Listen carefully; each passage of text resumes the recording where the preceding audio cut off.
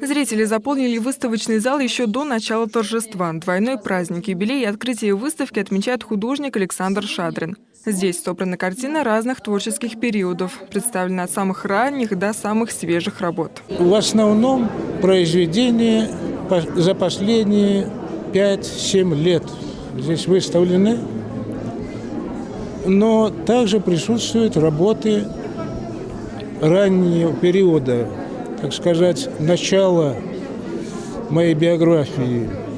Тут присутствуют и тематические картины, но, правда, не все. Творчество мастера действительно обширно. Он работает в традициях русского реалистического искусства в жанрах тематической картины, портрета, пейзажа, натюрморта.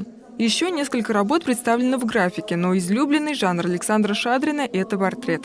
Человек труда, человек-созидатель, человек-творец. Он рисует талантливых земляков и людей, которые ему особенно дороги. Мастер старается максимально точно передать не только внешность человека, но и характер. Также на персональной выставке есть полотна, выполненные в соавторстве с братом художника. Они, в общем-то, представляли такой блистательный, творческий, талантливый тандем и ворвались в наше большое искусство, отечественное, сразу несколькими работами, выполненными совместно. Это «Весна» 1978 года, это «Бригада Балахоновой», ну и так далее. Впрочем, творчеством в семье Шадриных занимались не только Владимир и Александр. Их мама тоже имела художественный талант. Владеет кистью и старший брат. Правда, творчеству посвящать свою жизнь он не стал, а вот поддержать родного человека пришел. Кроме этого, поздравить Александра Павловича с открытием выставки решили его друзья, знакомые и просто любители живописи. А еще во время торжественной части художнику вручили награду за межнациональное согласие. Талант у него